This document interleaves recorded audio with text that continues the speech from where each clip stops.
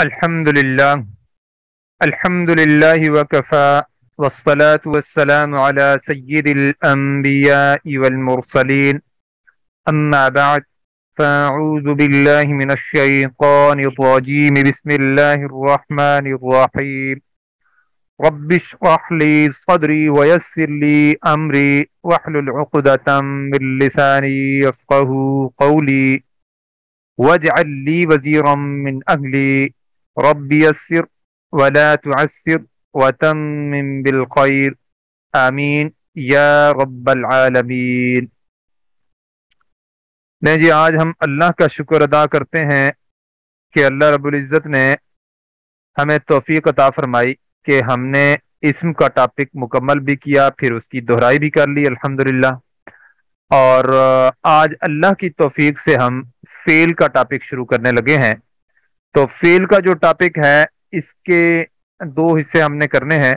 ایک تو اس کا خلاصہ ہم پڑھیں گے سب سے پہلے، اچھا پھر اس کے بعد انشاءاللہ ہم فعل کو تفصیلاً جب شروع کریں گے تو ساتھ ہم ترجمہ قرآن مجید کا بھی شروع کر لیں گے، یعنی آخری سپارہ جو ہے وہ میں نے نصاب کا جو ہے سوچا ہوا ہے کہ آخری سپارہ ہم کوشش کریں کہ اس کو باقاعدہ اچھے طریقے سے ترجمے کے ساتھ پڑھ لیں، اور اس کو جتنے ہم نے ابھی تک قواعد پڑھ لیے ہیں مختصر انداز میں قواعد بھی ساتھ ساتھ بتائے جائیں۔ لیکن اس میں ہوگا یہ کہ مطلب جیسے ہوتا ہے نا مدارس کے اندر، مطلب بہت زیادہ تفصیل ہوتی ہے، اس طرح نہیں ہوگی۔ آپ ایسے سمجھیں یہ موٹا موٹا اتنا ہم نے سمجھنا ہے کہ ہمیں اس کا واضح مفہوم سمجھ آ جائے بس، ٹھیک ہے۔ جو آپ نے مرکبات پڑھے ہیں، جو آپ نے گرامر پڑھی ہے، یا جو آگے اب ہم خلاصے کے طور پر پڑھیں گے، وہ کسی حد تک یعنی بہت تھوڑا اس کا پورشن ہم استعمال کریں گے گرامیٹیکلی، وہ چیزیں ہم ساتھ ساتھ چلائیں گے۔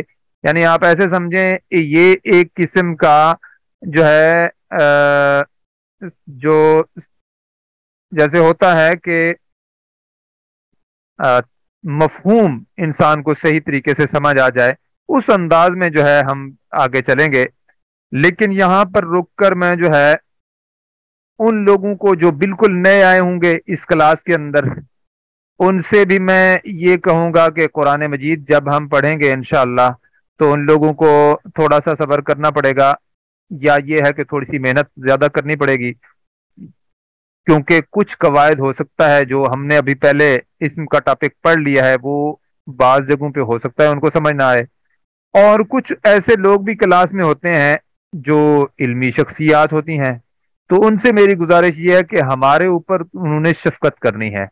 یعنی اگر ضرورت محسوس ہوتی ہے کوئی ایسی بات بتانے کے حوالے سے جس میں اس کورس کے اندر بہتری آ سکتی ہے، تو میں ضرور ان سے کہوں گا کہ وہ ہماری رہنمائی فرمائیں گے، کیونکہ ہمارا یہ جو عمل ہے سیکھنے سکھانے کا عمل ہے، یہ مستقل جاری رہنے والی چیز ہے۔ مطلب ایک جو استاذ ہوتا ہے جو سکھا رہا ہوتا ہے وہ ساتھ ساتھ سیکھ بھی رہا ہوتا ہے۔ تو یہ جو وہ جو حدیث ہے اللہ کے رسول صلی اللہ علیہ وسلم کی کہ خیرکم من تعلم القرآن وعلمہ، تم میں سے بہترین شخص وہ ہے جو قرآن مجید سیکھتا ہے اور اس سے سکھاتا ہے۔ تو اس کا مطلب یہ ہے کہ ہم ایک وقت میں سیکھ بھی سکتے ہیں اور ساتھ ساتھ سکھا بھی سکتے ہیں۔ اچھا ابھی آپ ایسے سمجھیں کہ دیکھیں مثال کے طور پر میں کوئی چیز سکھا رہا ہوں تو میں کیا کروں گا، اس کو سکھانے کے لیے کچھ ساتھ ساتھ سیکھوں گا بھی صحیح، کچھ اس کی تیاری بھی کروں گا۔ تو اس میں ہوتا کیا ہے، یہ دونوں اعمال ہو رہے ہوتے ہیں ایک وقت میں، یعنی دونوں عمل ہو رہے ہوتے ہیں، سیکھنے والا عمل بھی اور سکھانے والا عمل بھی۔ تو اس میں بہت جو ہے مشکور ہوں گا ان علمی شخصیات کا جو اس میں اگر ہیں جو ہماری سرپرستی کریں گے کہ اگر کوئی ضرورت پڑتی ہے تو وہ ہمیں بتائیں انشاءاللہ۔ لیکن کلاس کے دوران اگر کوئی بات جو ہے ایسی ہے، مطلب جو خاص طور پر سوال پوچھنے والا ہے تو وہ اسی کلاس سے متعلق ہو، جو آج کا ہمارا سبق ہے اسی سے متعلق ہو، اور اسی طرح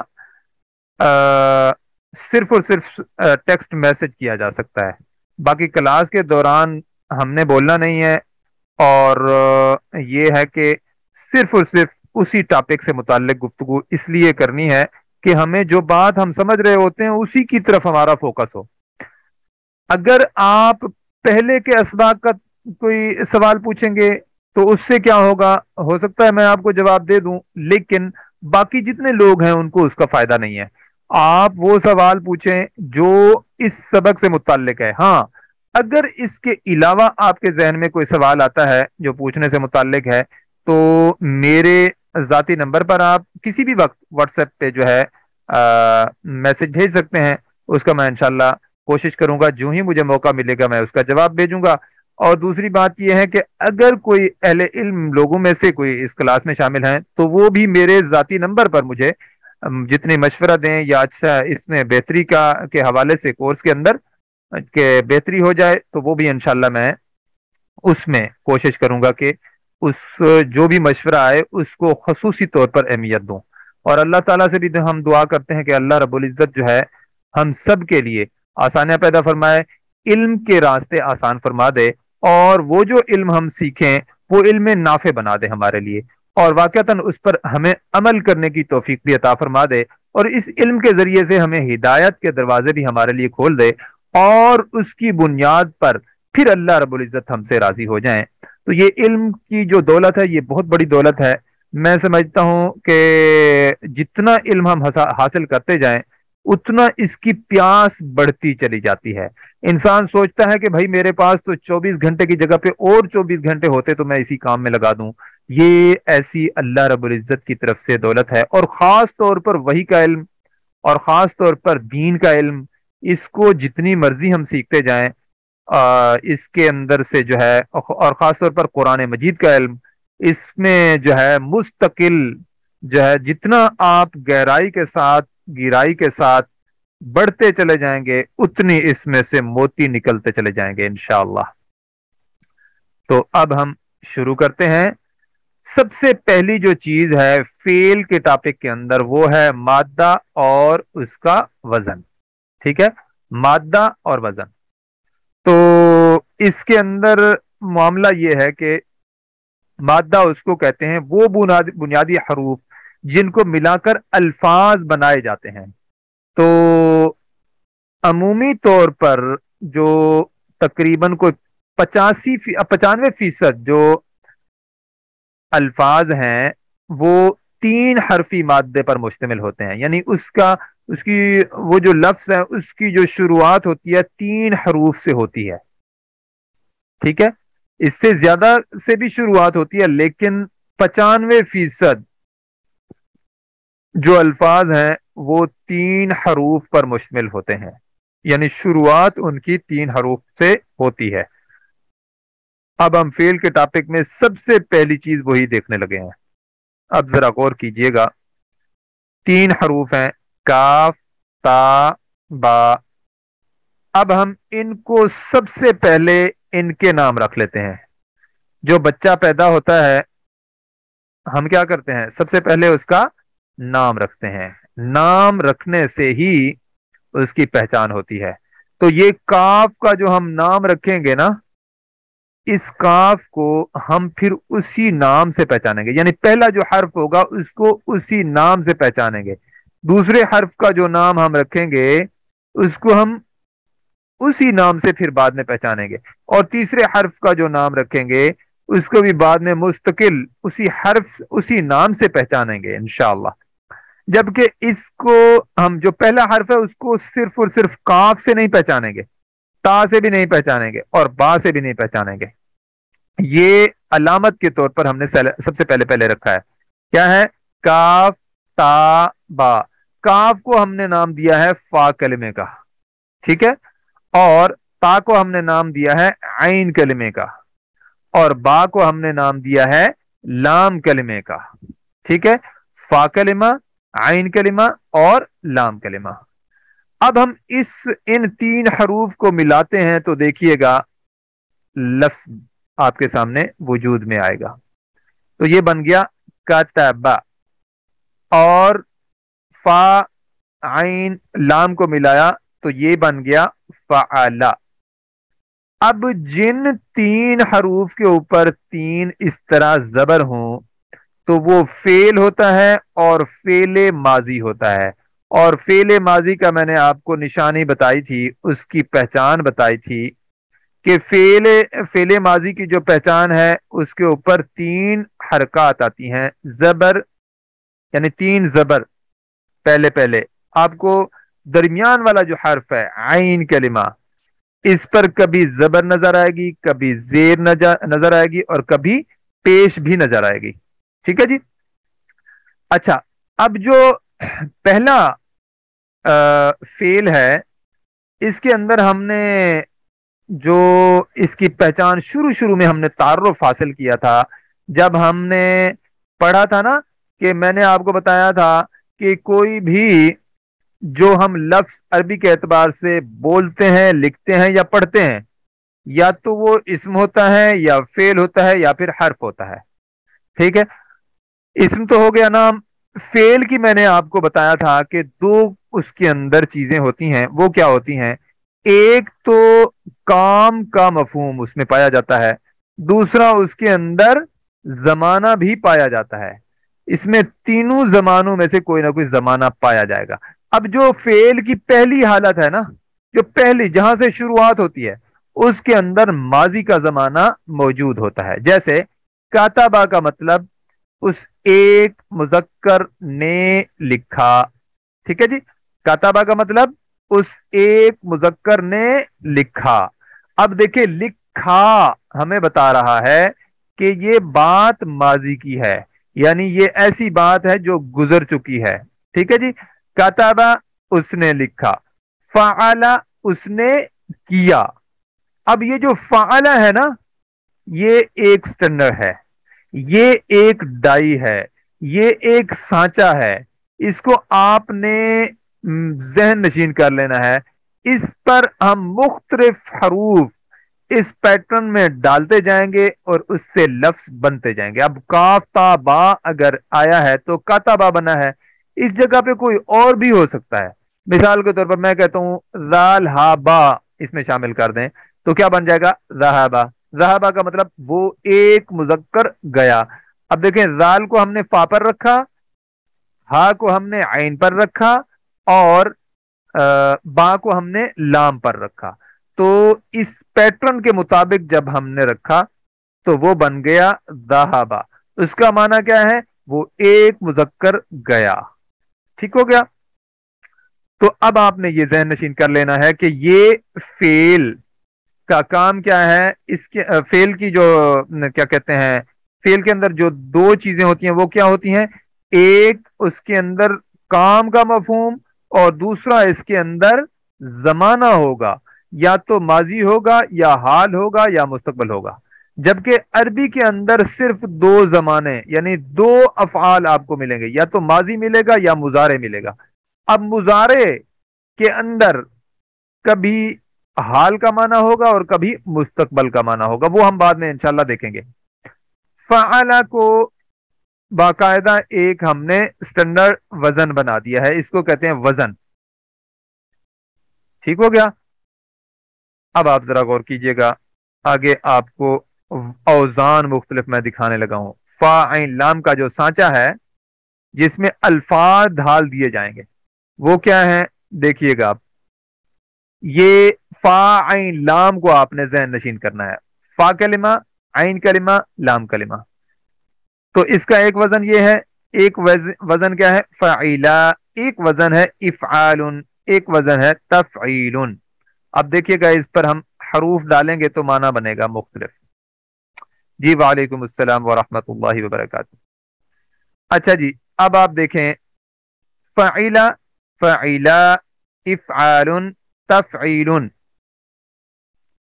یہ وزن ہے، لیکن اس کی جگہ پر ہم جب مادہ ڈالیں گے، ایک مادہ ڈالیں گے، آپ دیکھیے گا مختلف الفاظ بنتے جائیں گے. مادہ کیا ہے؟ عین لام میم. فاعلہ کے وزن پر فا والی جگہ پر ہم عین کو رکھ دیں گے، عین والی جگہ پر لام کو رکھ دیں گے. دیکھیں یہ لام ہے نا، مادے کے حروف، اور لام والی جگہ پر ہم میم کو رکھ دیں گے. تو فاعلہ کی جگہ پہ کیا بن جائے گا؟ عالمہ. فاعلہ کی جگہ پہ عالمہ.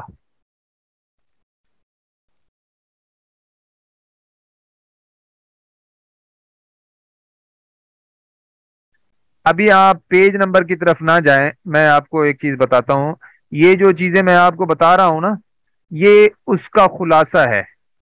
یہ بھی میں اس کو ترتیب پوری دے دوں، میں آپ لوگوں کو اس کی بھی جو ہے پی ڈی ایف بنا کے بھیج دوں گا۔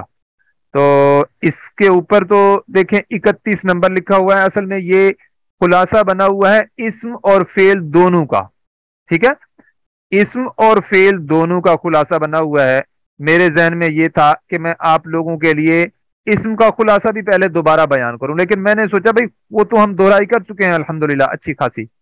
تو یہ جو 31 نمبر صفحے پہ آپ آئے ہوئے ہیں، یا یہ جو ابھی بنی ہوئی ہیں، یہ الگ میں نے ترتیب دی ہیں خلاصے کے طور پر۔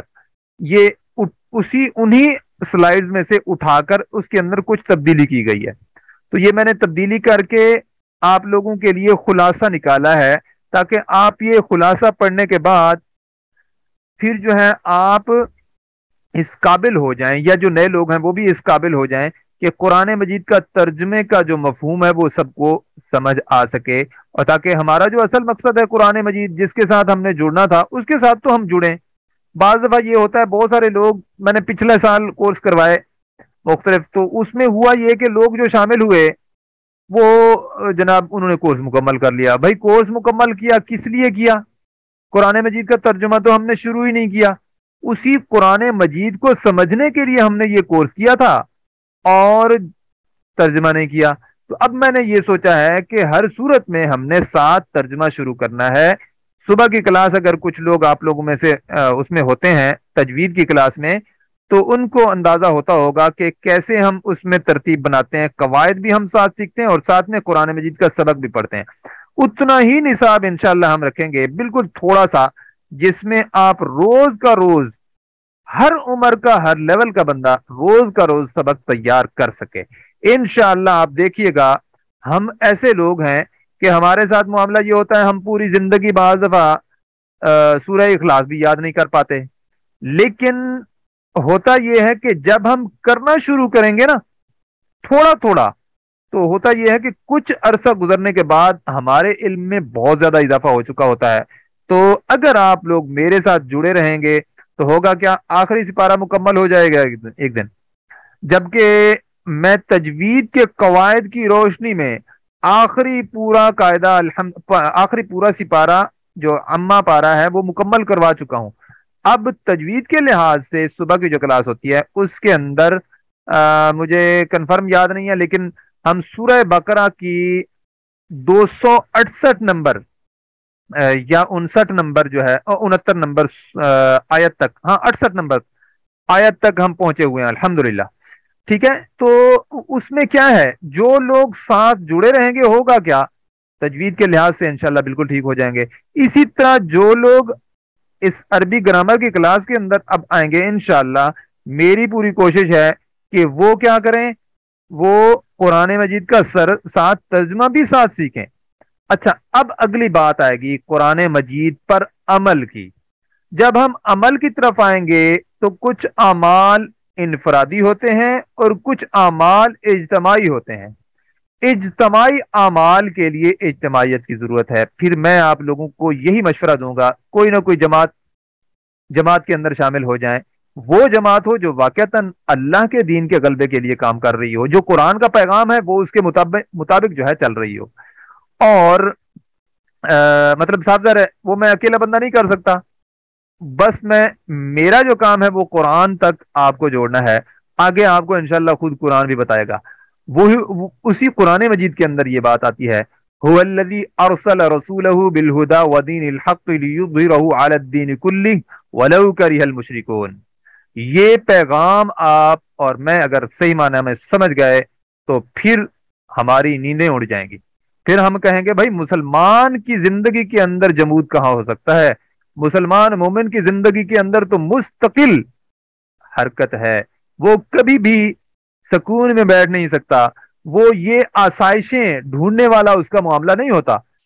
جو ہمارے ساتھ معاملہ اب ہو گیا ہے نا، وہ کیا ہے، آسائشوں کی وجہ سے ہم اتنے عادی ہو گئے ہیں کہ ہم سمجھتے ہیں کہ ہمیں جو ہے سکون مل جائے، اور بھائی دنیا میں ہم سکون کرنے کہاں آئے ہیں، ہماری تو تیاری آخرت کی تیاری ہے۔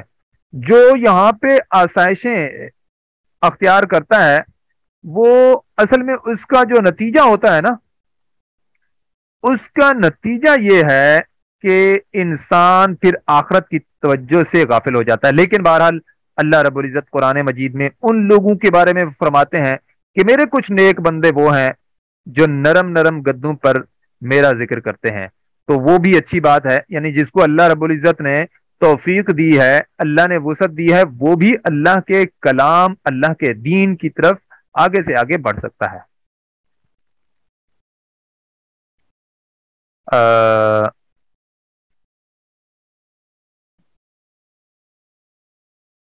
نہیں، سورہ بقرہ کا جو ہے نا جی، وہ ہم انشاءاللہ شروع کریں گے، لیکن ابھی تو فی الحال ہم نے آخری سپارہ مکمل کرنا ہے۔ آخری سپارہ ہماری ہم سب کی لازمی ضرورت ہوتی ہے، کیونکہ تھوڑی تھوڑی جو ہے مطلب چھوٹی چھوٹی صورتیں ہیں نا آخری سپارے کی، وہ ہم قرآن مجید جب ہم پڑھتے ہیں تو آخری جو صورتیں ہیں چھوٹی چھوٹی، یعنی نماز جب ہم پڑھتے ہیں تو اس میں چھوٹی چھوٹی صورتیں ہم پڑھتے ہیں عمومی طور پر نماز میں۔ تو میرا ٹارگٹ یہ ہے کہ وہ چھوٹی چھوٹی صورتیں جو ہے سب کو تقریباً ان کا ترجمہ اچھے طریقے سے آنا چاہیے، تاکہ نماز کے اندر ہم پڑھ سکیں۔ پھر ہم انشاءاللہ جب وہ مکمل کر لیں گے تو پھر پورا قرآن مجید کی نیت ہے انشاءاللہ، اس چیز کی فکر نہ کریں۔ اب ہم آگے چلتے ہیں اپنے سبق کی طرف۔ دیکھیں ذرا غور کریں، یہاں پہ کیا ہے؟ فا عین لام فعیلا، ہم نے مادہ چنا ہے عین لام میم، وہ اب ہم اس پر اسی کے مطابق ڈھالیں گے، فعیلا کے وزن پر عالمہ۔ دیکھیں، عالمہ کا مطلب اس ایک مذکر نے جانا، عالمہ کا مطلب اس ایک مذکر نے جانا۔ اب دیکھیں، دوسرا وزن ہے ہمارے پاس، دوسری ڈائی ہے یا دوسرا پیٹرن ہے، اس کے مطابق ہم کیا کریں گے؟ مادے کو ڈھالیں گے، جس کو ہم کہتے ہیں نا انگلش میں روٹ ورڈز۔ یہ روٹ ورڈ ہیں، یعنی ایک لفظ کے جو بنیادی حروف ہوتے ہیں وہ یہ تین ہوتے ہیں سٹارٹ میں۔ پھر دیکھیں فعلا کے ساتھ الف بڑا ہے تو معنی بدل گیا، فعلا کا مطلب ان دو مردوں نے کیا۔ تو فعلا کی جگہ پہ جب ہم عین لام میم لگائیں گے تو کیا بن جائے گا؟ علیما، ان دونوں نے جانا۔ پھر افعال ان کی جگہ پہ آ جائے گا، اعلام۔ پھر آپ دیکھیے گا، اب آپ کا جانا پہچانا لفظ آ رہا ہے، ذرا غور کیجئے گا۔ مادہ وہی تین حروف ہیں، دیکھیں عین لام میم۔ اب آپ کو میں ایک چیز بتاؤں گا، پھر دیکھیے گا، تعلیم، دیکھیں اس سے ہم واقف ہیں نا، تعلیم۔ اب آپ نے وہ تین حروف ڈھونڈنے ہیں، مادے کے حروف ہم نے یہاں پہ ڈھونڈنے ہیں۔ اگر اب آپ دوبارہ چاہتے ہیں کہ وہی تین حروف آپ کے پاس آ جائیں تو کیسے پتا چلے گا؟ تعلیم، آپ کیا کریں گے؟ تفعیل، دیکھیں تف، تا کو چھوڑ دیں، تف، فا کلمہ، عین کلمہ، لن لام کلمہ۔ دیکھیں لام والی جگہ پہ میم ہے، اس کو ہم مادے کا حرف الگ کر لیں گے، یا جو ہے یہاں پہ زائد ہے، ٹھیک ہو گیا؟ تعلیم، تفعیل، عین کلمے والی جگہ پر لام ہے، اس کو بھی ہم مادے کا حرف بنا لیں گے، اور فا کلمے والی جگہ پہ یہ بھی کیا ہے؟ مادے کا حرف ہے۔ اب آپ کے سامنے عین لام میم، یہ مادے کے حروف الگ نکل آئے، تا یا زائد ہیں۔ یہ آپ پورے قرآن مجید میں جب آپ پڑھیں گے اس طرح فا عین لام کو اس طرح جب آپ استعمال کرنا سیکھ جائیں گے تو پھر آپ کوئی بھی لفظ ہوگا انشاءاللہ زیادہ جگہوں پہ آپ کو اس کے مادے کا پتہ چل جائے گا۔ اچھا جی، مادے کا ہمیں پتہ کرنا کیوں ضروری ہے؟ وہ اس لیے ضروری ہے کہ جو ڈکشنری ہوتی ہے نا، جس کو ہم انگلش میں ڈکشنری کہتے ہیں، اردو میں لغت کہتے ہیں، عربی کے اندر قاموس کہتے ہیں۔ جو قاموس ہوتی ہے نا، اس میں سے اگر آپ نے معنی دیکھنا ہے تو اس کے اندر اس طرح نہیں ہوتے جیسے ہم اردو میں یا انگلش میں معنی لکھے ہوئے ہوتے ہیں الفابیٹس کے ذریعے سے یا حروف تہجی کے ذریعے سے، اس طرح نہیں ہوتے۔ اس کے اندر مادے کے ذریعے سے آپ کو پتہ چلے گا، ٹھیک ہے؟ اگر آپ دیکھنا چاہتے ہیں تعلیم ان کا معنی، تو آپ عین لام میم آپ کو ایک صفحے پر لکھا ہوا نظر آئے گا، وہاں سے آپ کو ملے گا، لیکن اس کا عین لام میم ڈھونڈنا آپ کو آتا ہو، ٹھیک ہو گیا؟ اور بھی آپ کو انشاءاللہ اس کے بہت زیادہ فوائد نظر آنا شروع ہو جائیں گے۔ اب آپ کو اگر وہ فعل ہے جس کا آپ مادہ ڈھونڈنے لگے ہیں، تو اس کا پہلی اس کی جو شکل بنتی ہے فعل کی، وہ یہ بنتی ہے عالمہ، ماضی کا سیگا، ٹھیک ہے؟ تو بھی آپ کو انشاءاللہ ماضی کا سیگا جب آپ کو پتہ چل جائے گا، تو پھر آپ اس کے جو باقی 14 سیگے 13 سیگے ہیں وہ آپ بنانا آپ کے لیے آسان ہوگا۔ تو اس طرح انشاءاللہ آپ ایک لفظ آپ کے سامنے جب آئے گا، آپ 12 12 13 13 لفظ اس کے بنا سکیں گے، اور بھی زیادہ اس سے بنا سکیں گے۔ یہ ہم انشاءاللہ آہستہ آہستہ ساتھ ساتھ سیکھیں گے۔ اچھا جی، اب آپ کے سامنے چند اوزان آ رہے ہیں اور چند مادے آ رہے ہیں۔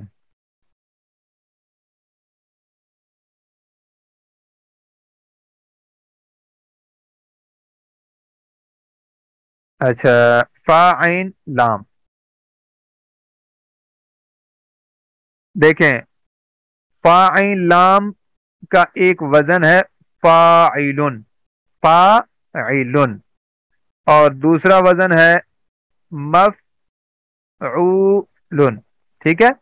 فا عین لام مادہ ہے، اور پھر کیا ہے اس کے بعد؟ فاعلن، اور پھر مفعولن۔ یہ فاعلن بھی وزن ہے اور مفعولن بھی وزن ہے، یعنی یہ ہماری ڈائی ہے۔ اب ہم اسی پیٹرن پر اور حروف ڈالتے جائیں گے اور لفظ بنتے جائیں گے، دیکھیے گا عین لام میم۔ اب یہ وہ لفظ بن رہے ہیں جس سے آپ بھی واقف ہیں۔ عین لام میم کو جب ہم فاعل ان کے وزن پر ڈالیں گے، اس کی ڈائی میں ڈالیں گے، تو کیا بنے گا؟ عالمن۔ عالمن کا مطلب جاننے والا، ٹھیک ہے؟ پھر مفعول، مفعول کس کو کہتے ہیں؟ جس پر کام ہوا ہو، ٹھیک ہے؟ معلوم، ٹھیک ہے؟ عالم جاننے والا، معلوم جسے جانا گیا ہو۔ اسی طرح قاف با لام، یہ اب مادہ ہے اور وزن کیا ہے؟ فاعل۔ تو ہم اس پیٹرن پر جب ہم قاف با لام کو رکھیں گے تو یہ بن جائے گا قابل، پھر مقبول۔ اچھا، ابھی آپ نے معنی کی طرف نہیں جانا، ضروری نہیں ہے سارے لفظوں کے ہم نے معنی ہمیں فوری طور پر سمجھ آ جائے، یہ ہم انشاءاللہ یہ ساری چیزیں بھی آگے دیکھیں گے، لیکن فی الحال آپ اس کو دیکھیں کہ اس طرح لفظ کیسے کیسے بنتے ہیں۔ آپ نے دیکھنا بس کیا ہے کہ فاعلن کا پیٹرن ہے، اسی پیٹرن پر آپ نے اور حروف ڈالتے جانے ہیں، اور آپ اور لفظ بناتے جائیں۔ اسی طرح مفعول کی ایک ڈائی ہے، اس کے اندر یا ایک سانچہ ہے، اس کے اندر مختلف آپ حروف ڈالتے جائیں اور لفظ بناتے جائیں، ٹھیک ہے؟ قابل، مقبول، پھر وارب، واد را با، فاعل کے وزن پر وارب۔ اب دیکھیں فاعل، ہمیں پتہ چل گیا نا کہ اس کا مادہ کیا ہے؟ فا عین لام مادہ ہے، الف زائد ہے، ٹھیک ہو گیا؟ واربن کے اندر واد را با جو ہے مادہ ہے، الف زائد ہے۔ واربن کیا مطلب کیا ہوگا؟ مارنے والا۔ مغروبن، مغروبن کا مطلب جس نے مار کھائی ہو، یعنی جو مفعول کے طور پر آیا ہے، جسے مار لگی ہو، ٹھیک ہے جی؟ اس کے بعد ہے جی کاف تا با، اس کو جب ہم اس ڈائی کے اندر ڈالیں گے تو یہ بن جائے گا کاتبن۔ کاتبن کا مطلب لکھنے والا۔ اب جس کو ہم نے لکھا ہے وہ کیا ہے؟ مکتوبن، لکھا جانے والا، ٹھیک ہے؟ واربن مارنے والا، مغروبن مارا جانے والا، ٹھیک ہے جی؟ اسی طرح قاف دال را، یہ وہ سارے الفاظ ہیں ماشاءاللہ آپ لوگوں کو آتے ہیں۔ قاف دال را مادہ ہے اور پیٹرن کیا ہے؟ فاعل، یعنی ڈائی کیا ہے؟ فاعل۔ اس کے وزن پر جب ہم اس کو لے آئیں گے تو یہ بن جائے گا قادرن.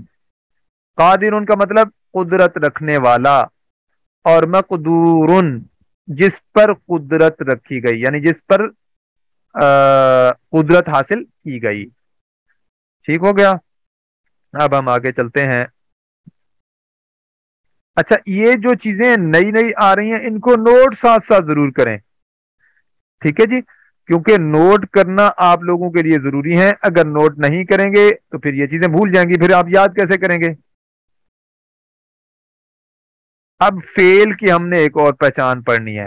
دیکھیں، پہلے تو ہم نے وہ جو ضمائر پڑھی تھی جملہ اسمیہ میں وہ دیکھ لیں. ہوا کا مطلب وہ ایک مرد، ہما کا مطلب وہ دو مرد، ہم کا مطلب وہ سب مرد، ہیا وہ ایک مؤنث یعنی وہ ایک عورت، ہما وہ دو عورتیں، ہن وہ سب عورتیں.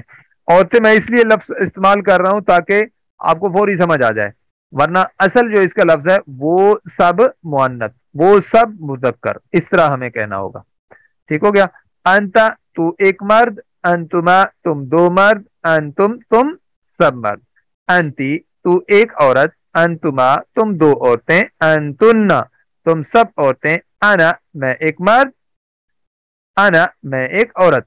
اس کو مرد عورت دونوں کے لیے استعمال کریں گے. نحنو ہم دو مرد، نحنو ہم دو عورتیں، پھر نحنو ہم سب مرد، نحنو ہم سب مرد، اپنا ہم سب عورتیں. اس کے اندر مذکر مؤنث دونوں آ جائے گا نا. اب ذرا غور کریں. فعلا، یہ ایک اور بات ذہن نشین کر لیں. وہ کیا ہے؟ یہ جو فعل ہوتا ہے نا، یہ اپنے اندر پورا کا پورا ایک جملہ بھی ہوتا ہے. فعلا کا مطلب وہ اس ایک مذکر نے کیا. دیکھیں بات مکمل ہو گئی ہے نا. اس ایک مذکر نے کیا. جب آپ کو یہ پتا چلا تو اس کا مطلب کیا ہوتا ہے؟ فعلا ہوا، فعلا ہوا.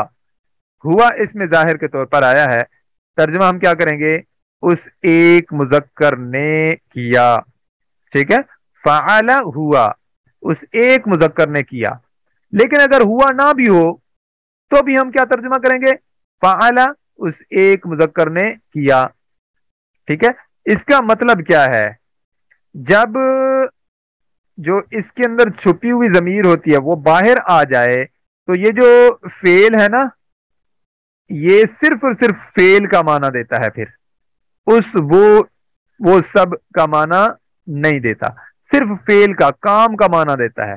جب اس کے بعد اس میں ظاہر آ جائے پھر کیا کرتا ہے فعل؟ صرف اور صرف کام کا معنی دیتا ہے. اور جب اسم ظاہر جو بعد میں آنے والا ہوتا ہے اس کو اسم ظاہر کہتے ہیں، تو اسم ظاہر اگر موجود نہ ہو تو پھر اس کے اندر فاعل بھی پوشیدہ ہوتا ہے، فاعل بھی چھپا ہوا ہوتا ہے. فعلا کا مطلب اس ایک مذکر نے کیا. اب وہ ایک مذکر اگر سامنے آ جائے تو آپ کیا کہیں گے؟ پھر بھی اس ایک مذکر کا کہیں گے.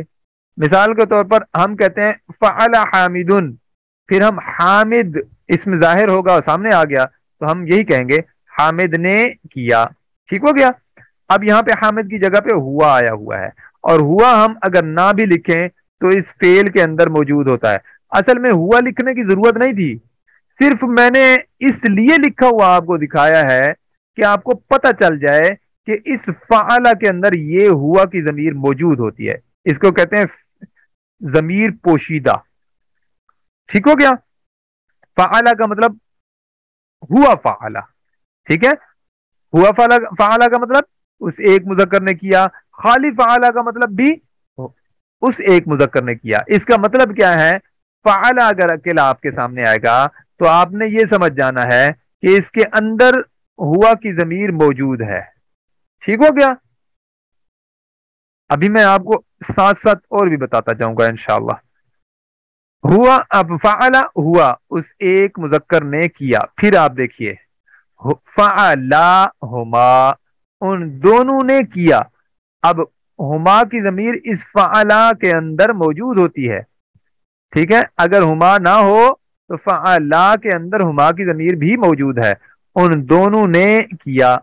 اگر ہم کہتے ہیں فعلا ہما تو بھی اس کا مطلب یہی ہے ان دونوں نے کیا. اور اگر ہما چھوڑ دیں اندر لے جائیں اس کو چھپا دیں تو پھر کیا ہوگا؟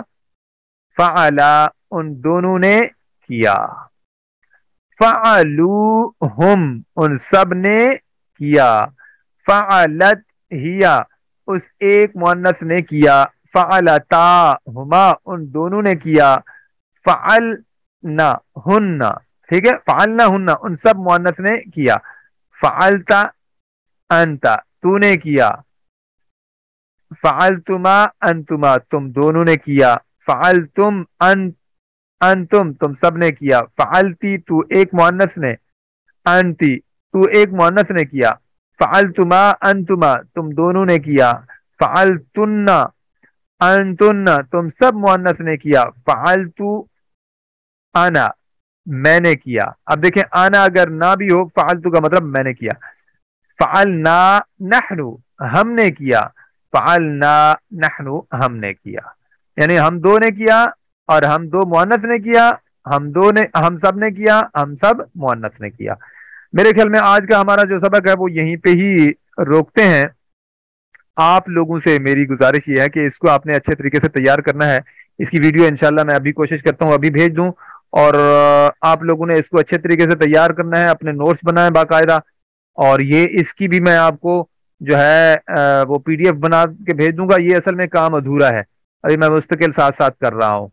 تو جب یہ پورا ہو جائے گا تو ایک میں آپ کو بتا بھی دیتا ہوں، یہ اس کے پیٹرن کے مطابق ایک کتاب ہے عربی گرامر برائے قرآن فہمی. یہ ہمارے اساتذہ میں سے ایک استاد تھے انجینئر نوید احمد صاحب. یہ جو ہے انجمن خدام القرآن یعنی ڈاکٹر اسرار احمد رحمۃ اللہ علیہ کے ڈائریکٹ شاگرد تھے. ٹھیک ہے، تو انہوں نے پھر یہ لکھی. ڈاکٹر صاحب نے جو ادارہ بنایا تھا انجمن خدام القرآن، اس کے پلیٹ فارم کے ذریعے سے جو ہے یہ کتاب چھپی ہوئی ہے عربی گرامر برائے قرآن فہمی. تو یہ کراچی کا جو ہمارا مرکز ہے انہوں نے چھاپی تھی. انہوں نے بڑا ہی آسان انداز میں اس کو جو ہے خلاصہ نکال کر الگ رکھا ہوا ہے. میں نے الگ سے نہیں کیا، اسی کو میں نے اپنے انداز میں ذرا اس کے اندر سامنے رکھنے کی کوشش کی ہے. اب ہم یہیں پہ ہی اختتام کرتے ہیں. سبحانک اللہم و بحمدک نشہد ان لا الہ الا انت نستغفرک و نتوب الیک. السلام علیکم ورحمۃ اللہ وبرکاتہ. اپنی آپ لوگوں نے حاضری ضرور لگانی ہے.